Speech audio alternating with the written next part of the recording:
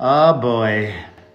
Perez Hilton here, and if you're not familiar with her, she is Colleen Hoover, the author whose novel Justin Baldoni found, optioned, and turned into the movie co-starring Ryan Reynolds' wife and Taylor Swift's bestie, Gossip Girl alum and B-list actress Blake Lively. He alleges in his lawsuit against what many are calling Amber Heard 2.0 that she never even read the novel that Colleen Hoover wrote. And he's got texts to prove it. I think it's important that we acknowledge that this isn't just Hollywood. This is so much more global, and it's not just, oh, guess what? This is what's happening to women suddenly. This has been happening since the beginning of time, but now people are finally talking about it. I mean, I internalize that as opportunity. Like, we had such a responsibility to this audience to deliver something and to have the opportunity to deliver something for a passionate group of people. Wallace's domicile. A true and correct copy of Miss Lively's petition is attached here too as Exhibit A. Notably, in her pleading, Miss Lively concedes that she lacks sufficient facts to state a claim against Mr. Wallace, hence the need for pre-suit discovery. So she doesn't even have any evidence against him. She just wants to go on, I guess they call this a fishing expedition. While the Wayfair parties... I'm not prepared to give up our legal strategy, but you can rest assured that based on the investigation we've done, the text messages we have, the receipts that'll go along with that complaint, she's dead in the water. I get the allegation. I really do understand that. But I was like just tracking him down, and then I finally got to read the script, and the script was a thriller. So that was a little confusing to me because he's like such a funny director. Yeah. And so I said, you know, what is this? Because the script is definitely like a twisting, turning, intense thriller. Is it a comedy or a thriller? And he said, yes. So then every day on set, I was like, is today a comedy or is it a thriller? It's a good mix and of both. like, yeah, it's like really kind of over the top and campy and trashy and fun and like, kind of like my outfit, I guess. An executive producer signed up to be an executive producer, and that's it. As the time progressed in this film, she decided that she wanted to be a producer. She started to make edits. She wanted to be part of the editing team. There were people hired, like human beings actually hired to do the editing job, who had done work as editors. She wanted to be part of that team. The next thing you know, she took over the editing. She started making threats that she wouldn't promote the movie, that she wanted to be in control of marketing of the movie, that she would do nothing in terms of promotion unless she was the actual editor. And being frank, if it were not for women giving me direct feedback in my own personal life and being a man who was willing to at least listen to them, there's no chance that I would be having this conversation. So the message, to answer your question, the message is very simple. As men, we need to embrace all of the parts of us that make us human. That's it. It is. It's very simple. I defend Justin Baldoni in this lawsuit with Blake Lively because I think she's horrible and she's made up this whole thing because she tried to steal his movie. But he is the most overly feminized man I've had to endure in recent history. Everything he says is self-flagellating over the fact that he's a man. But he's, to me, is sort of the embodiment of what happens when you totally emasculate a man. And then she continued, she took that stiletto and stuck it in his heart when he was down there self-flagellating, being so sorry for anything having to do with his testosterone. And so that's what happens to you, right? You run into somebody who seems like a witch who will take advantage of you and hurt you until finally even that kind of a guy rises up. Now, he didn't do it himself exactly. He hired a badass named Brian Friedman. And he has badass women like me defending him. Mm-hmm. But slowly but surely, I think the male class is learning down on the floor, squirming and apologizing for being a man is not the way. I was testing for a show that ended up actually getting picked up and doing very well. And I was one of two people, maybe. And then I get a call from my managers and my agent. They were both on the line, which means it's something serious. Right. Either you got the job or there's something wrong. Yeah, no. And they said, so you were the choice, but the network said that your eyebrows would be too distracting. Oh, what? Oh, no. And then they went like, so what can we do about your eyebrows? Now you see text messages in this lawsuit from Blake Lively comparing herself to the heroine of Game of Thrones, the fiercest female character we've seen in years, Khaleesi.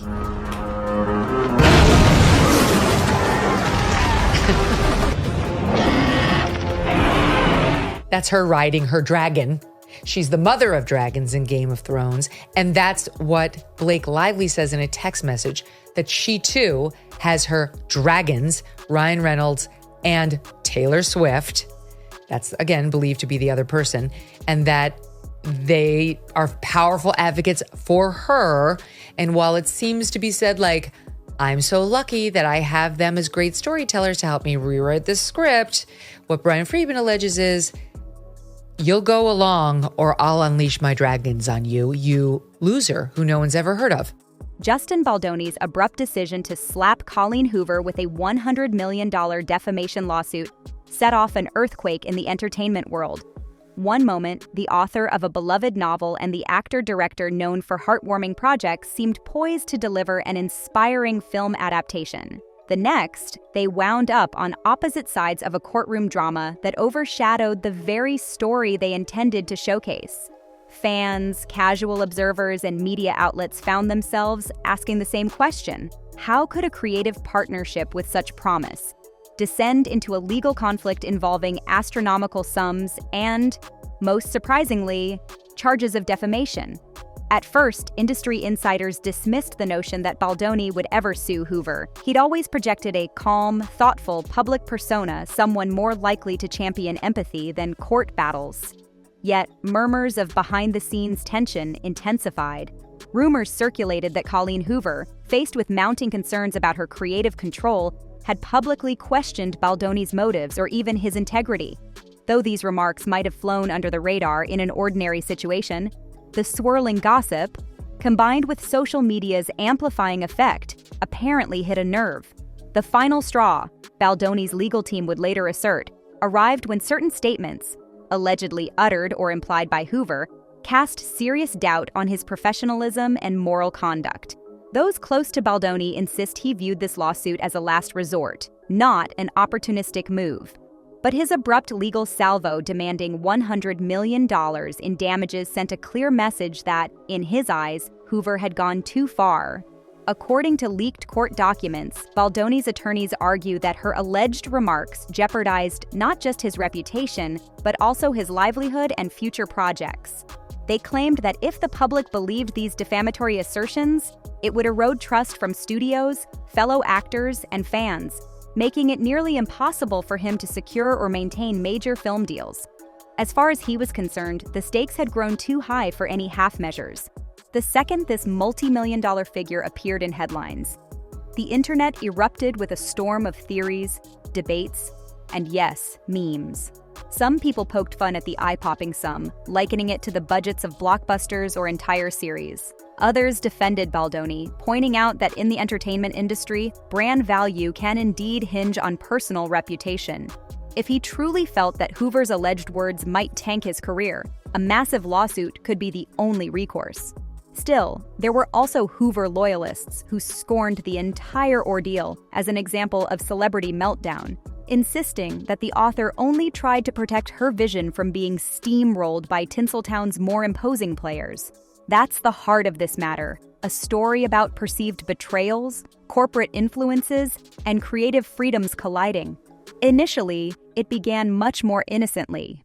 Sources say Hoover and Baldoni hit it off when discussing the possibility of adapting her best-selling novel, a deeply emotional tale that resonates with countless readers worldwide. The synergy seemed organic. She had a devoted fan base. He had a film track record that could translate heartfelt narratives onto the screen. Early glimpses of production meetings portrayed a partnership built on mutual admiration and big dreams. So where did it all go wrong? Some pin the blame on the typical friction of adaptation deals. An author hopes to preserve the emotional tenor of the text, while producers aim to weave in cinematic elements that guarantee box office viability. That's not unusual. Yet, scuttlebutt from set insiders suggested a deeper rift. Maybe Hoover bristled at certain changes Baldoni proposed, worried they'd cheapen the story's genuine pathos. Or perhaps Baldoni felt that Hoover's meddling, especially if she threatened to speak negatively about him, endangered his hard-earned reputation for sincerity. When it all boiled over, a straightforward dispute evolved into a personal standoff about honesty and respect. culminating in a defamation claim so large it rivaled the cost of producing multiple mainstream films.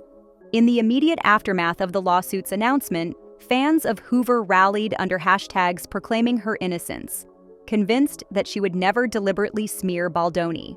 Meanwhile, supporters of Baldoni insisted he must have evidence that Hoover's remarks crossed legal lines no one files a $100 million defamation suit lightly. The result? A polarized digital landscape swirling with speculation. Everyone wanted to know, what exactly did Hoover say or imply that triggered such an extreme reaction? Both sides, of course, remained tight-lipped about the details. Court proceedings rarely allow for casual revelations that might taint the jury pool. But that vacuum was quickly filled by bits of leaked insider info, ranging from alleged screenshots of private discussions to whispered accounts of heated phone calls. As always, the more dramatic these claims were, the quicker they traveled across social media. People devoured each rumor with the same fervor they once reserved for the novel itself. For anyone on the outside, it's easy to forget that this fiasco paralleled an even bigger legal narrative involving Baldoni and another notable figure, Blake Lively. Initially, fans were excited at the idea that Lively, with her star power and comedic flair, might join forces to adapt Hoover's novel, injecting mainstream appeal. But rumors about Lively eventually grew complicated. Some said she was meddling in script decisions, overshadowing the original author. Others said she was the real creative anchor, stepping in to keep the story from spiraling into formulaic melodrama. Each new rumor about Lively's involvement only added fuel to an already chaotic environment.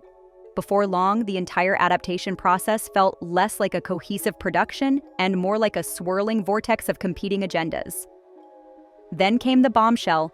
Lively, too, was part of a separate lawsuit with Baldoni. According to these allegations, Lively's contract disputes and perhaps her own rumored power moves behind the scenes had created friction that threatened to derail the project altogether.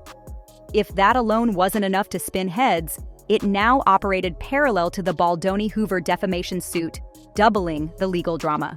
Observers joked that the adaptation was producing more lawsuits than scenes at this point. The question many asked was how these parallel litigations intersect. Did the tensions with Lively influence Baldoni's patience threshold for Hoover's alleged remarks? Had Hoover, in turn, seen something in Lively's contract disputes that bolstered her willingness to speak out against Baldoni? Or were the two cases purely coincidental, simply demonstrating that high-stakes Hollywood projects can collapse under the weight of multiple creative forces? Legal analysts caution that defamation claims require substantial proof. Not just that statements were made, but that they were false and damaging enough to justify restitution. In a world as image-conscious as Hollywood, false and damaging can be quite subjective. A single, off-the-cuff remark that casts someone's moral character into question might indeed disrupt future deals. Or the entire narrative might be overblown.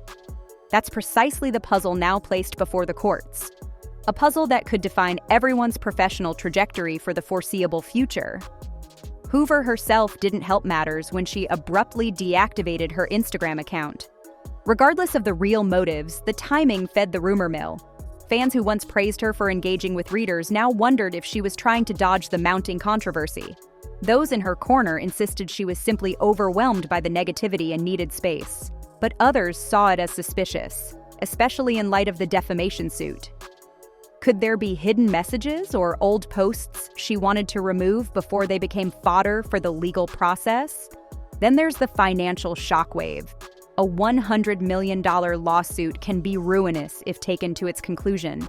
People wonder if Hoover, whose success soared from self-published beginnings to mainstream acclaim, has the resources or will to fight such a monumental battle. Typically, publishing deals, even highly lucrative ones, don't equip authors to handle the costs of a top-tier legal defense. She might not have bottomless coffers, especially if the case drags on. Some suspect she'll either settle out of court or rely on insurance policies that cover defamation claims. Yet that, too, can prove complicated if the insurer feels she intentionally stepped over a line. These swirling questions tie neatly into another major subcurrent, the ongoing friction with Blake Lively. While Lively's personal brand remains strong, Rumors about her overshadowing roles or taking creative freedoms on set have started to color the conversation. If she had formed a strategic alliance with Hoover, whether for marketing purposes or to champion certain script changes, then the fallout from Baldoni's defamation suit could extend to her as well. Some speculate that's exactly why she found herself entangled in her own legal predicament with Baldoni. After all, in a scenario where alliances shift by the day, it's not unthinkable that Lively might have felt forced to protect her own stake, inadvertently stepping on Baldoni's toes.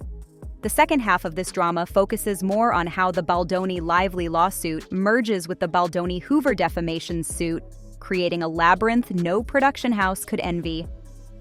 At first, watchers assumed the case involving Lively was about contract disputes like whether she had too much creative say or if her salary was set too high. But the introduction of a defamation claim and its monstrous $100 million demand cast a new shadow over everything. If Baldoni is this serious about guarding his reputation from Hoover's alleged statements, might he also have grounds to accuse Lively of tarnishing his image if she fed negative narratives to the press? While no such formal action against Lively has emerged publicly, beyond the existing lawsuit, the tension it suggests is impossible to ignore. A handful of Hollywood pros have weighed in with cautionary tales. They note that in Tinseltown, creative frictions are commonplace, but rarely do they spiral into colossal legal showdowns with triple-digit million-dollar demands. Some blame the high emotions connected to the novel's intense themes, which revolve around relationships, and heartbreak a recipe that can trigger deeply personal reactions. Others point to the industry's shifting power dynamics, where authors, actors, and producers each command massive fan followings capable of mobilizing at a moment's notice, intensifying disputes far beyond the controlled environment of a studio meeting.